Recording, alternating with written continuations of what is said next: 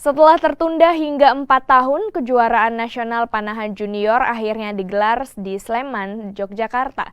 Sebanyak 598 atlet dari 28 provinsi ikut serta dalam kejuaraan nasional kali ini.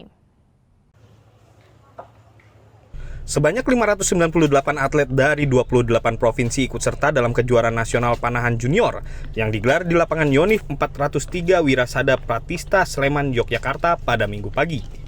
Para peserta terbagi dalam dua kelompok usia, yaitu di bawah 15 tahun dan 18 tahun. Sementara nomor yang di pertandingan meliputi recurve compound dan standar bow. Daerah Istimewa Yogyakarta menjadi kontingen terbesar di kejuaraan nasional kali ini dengan menurunkan 48 atlet andalannya.